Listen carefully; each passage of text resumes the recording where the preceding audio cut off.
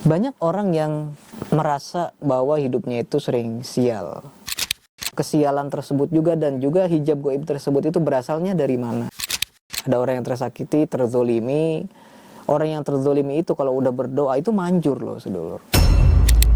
Tapi jika kesialan tersebut sering terjadi di dalam hidupnya, bahkan setiap hari, sehari pun misalnya beberapa kali kesialan, itu bisa disebut dengan kesialan.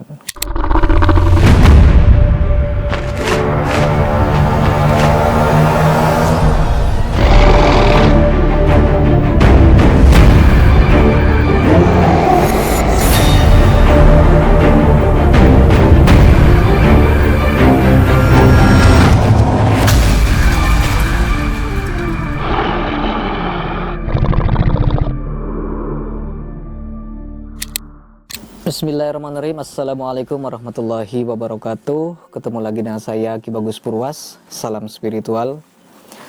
Apa kabar sedulur semua? Semoga semuanya selalu dalam keadaan sehat walafiat dan selalu diberikan rezeki yang banyak oleh Allah Subhanahu wa taala. Amin ya Allah ya rabbal alamin. Jadi pada video kali ini saya kembali lagi hadir untuk menemani sedulur semua.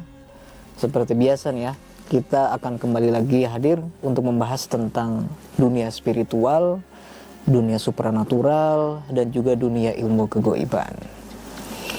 Apa ya kira-kira pembahasan yang harus kita bahas pada video kali ini? Nah, mungkin sedulur sudah tahu di thumbnail atau gambar di depan terpampang sangat jelas sekali, gitu ya. Itu tentang kesialan. Hidupnya itu selalu seperti ada yang menghalangi gitu ya. Nah, itu kita akan bahas tentang hal tersebut. Karena apa? Karena di dunia spiritual sendiri itu memang ada hubungannya ya dengan hal-hal seperti itu. Itu ada hubungannya. Baik. Banyak orang yang merasa bahwa hidupnya itu sering sial. Jadi bukan hanya sedikit ya, tapi banyak. Sialnya itu gimana? Sialnya itu ada yang misalnya nih dari 10 orang yang melamar kerja, yang 9 orangnya diterima, yang 1 nggak diterima gitu ya. Cuma dia sendiri yang nggak diterima. Terus kemudian kalau misalnya nih berangkat kerja atau kemana ya, berangkat kerja terus tiba-tiba ban bocor gitu kan, di jalan itu kan ban bocor, terus tiba-tiba dompet hilang atau gimana gitu. Nah, itu salah satu bentuk kecil dari kesialannya. Sebenarnya sesuatu yang bisa disebut atau diartikan sebagai kesialan itu sesuatu hal yang sudah terbiasa gitu, saudara. Kalau yang hanya kejadiannya itu jarang, maka itu belum bisa disebut kesialan. Tapi jika kesialan tersebut ya sering terjadi di dalam hidupnya, bahkan setiap hari, sehari pun misalnya beberapa kali kesialan, itu bisa disebut dengan kesialan. Nah, banyak orang juga yang merasa bahwa dirinya itu ada yang menghalangi, sedulur ya. Menghalangi dia untuk menuju keberhasilan apapun ya. Keberhasilan apapun itu ya seperti contoh keberhasilan dalam mencapai kesuksesan, keberhasilan mencapai hidup yang bahagia gitu ya, keberhasilan punya rumah tangga atau punya keluarga yang harmonis gitu kan, atau bahkan punya harta ataupun kehidupan yang normal gitu ya, yang sesuai harapan gitu kan. Banyak orang yang merasa bahwa dirinya itu tidak mampu mencapai hal tersebut karena banyaknya faktor penghalang-penghalang tersebut ya. Misalnya ketika ada seseorang nih yang ingin kehidupannya sukses, banyak uang, banyak harta, tapi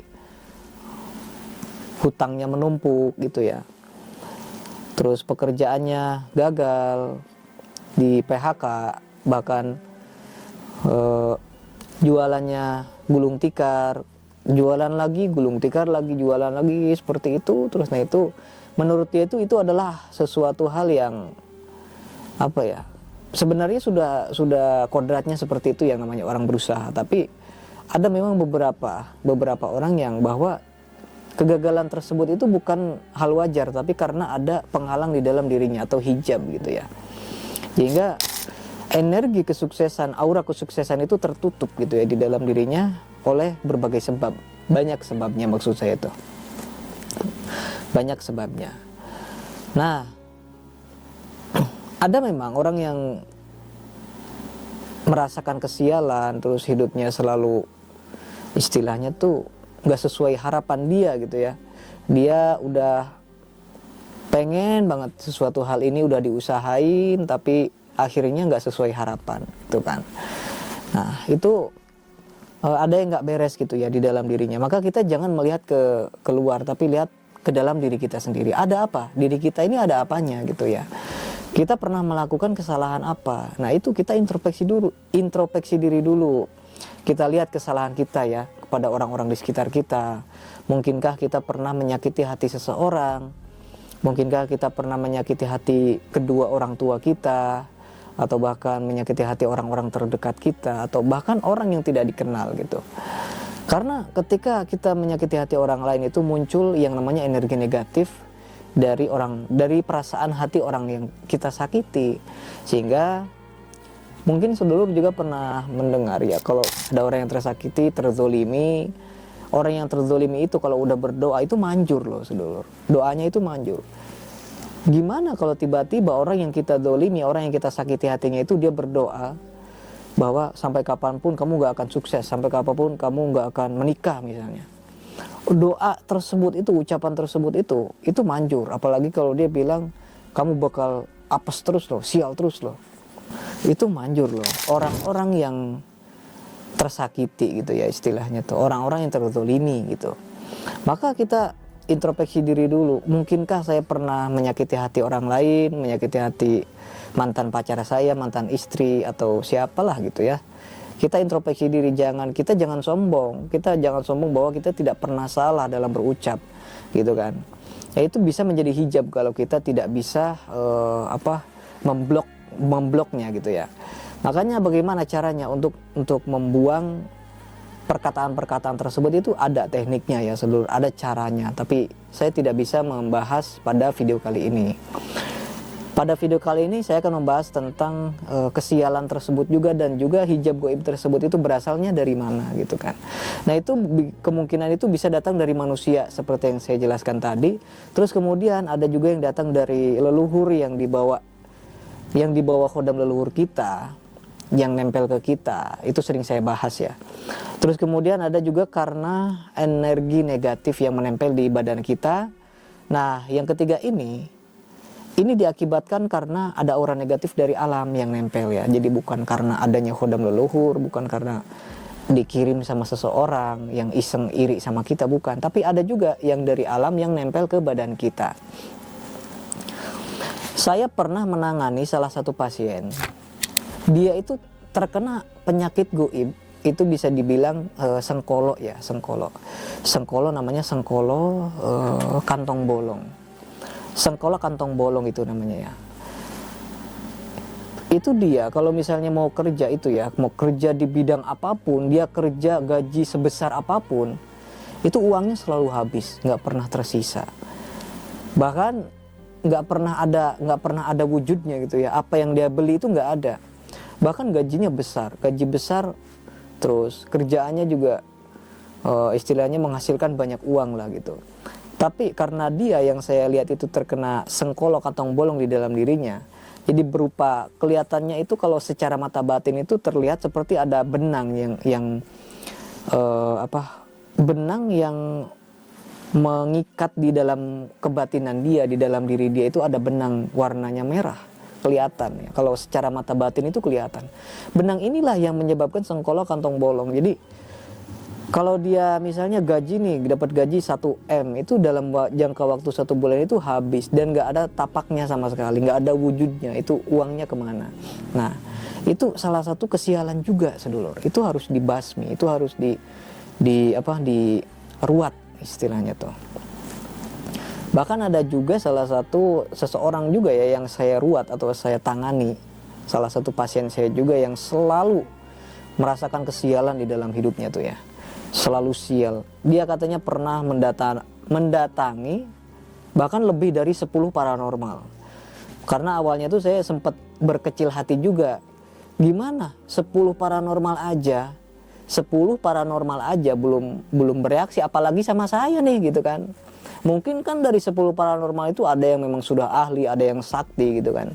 Terus siapa saya gitu kan. Dia minta tolong ke saya, apalagi saya aja masih anak kemarin sore, saya bilang gitu. Tapi alhamdulillah ya, alhamdulillah atas izin Allah itu terkikis lama-lama tuh. Terkikis beberapa kali terapi, itu saya lakukan beberapa kali terapi, alhamdulillah sembuh dari sengkolok tersebut gitu ya.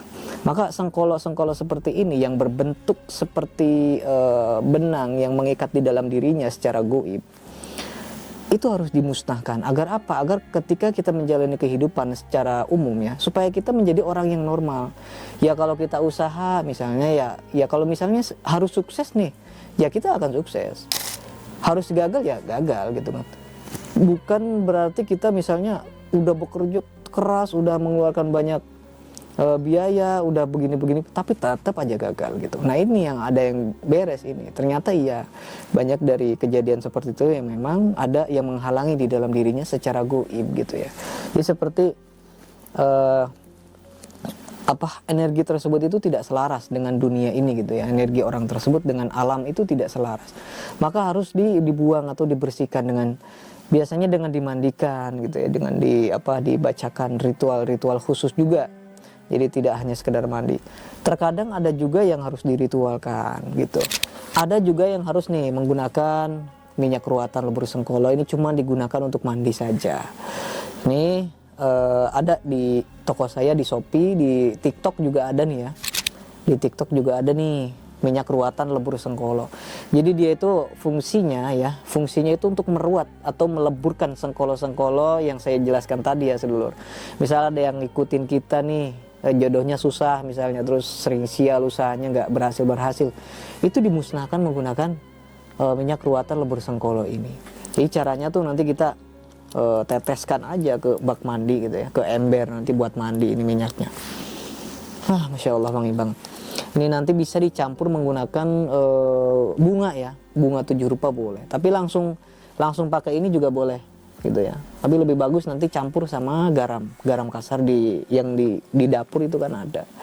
Nanti kasih aja dikit untuk meleburkan aura-aura negatif gitu ya, aura kesialan, terus aura yang menutup kita, yang menghalangi kesuksesan kita, yang menghambat pertumbuhan ekonomi kita, yang menghambat keluar masuknya cakra di dalam tubuh kita. Sehingga apa? Sehingga energi positif itu tidak bisa masuk, sehingga energi positif tidak bisa masuk melalui lubang-lubang cakra-cakra tersebut gitu ya. Sehingga energi positif di dalam diri kita terhambat, sehingga menjadikan energi tersebut menjadi energi yang kurang baik, kurang bagus, dan harus dirubah menjadi positif. Jadi begitu ya pembahasan pada video kali ini, semoga bermanfaat untuk semuanya. Saya Ki Bagus Purwas, assalamualaikum warahmatullahi wabarakatuh.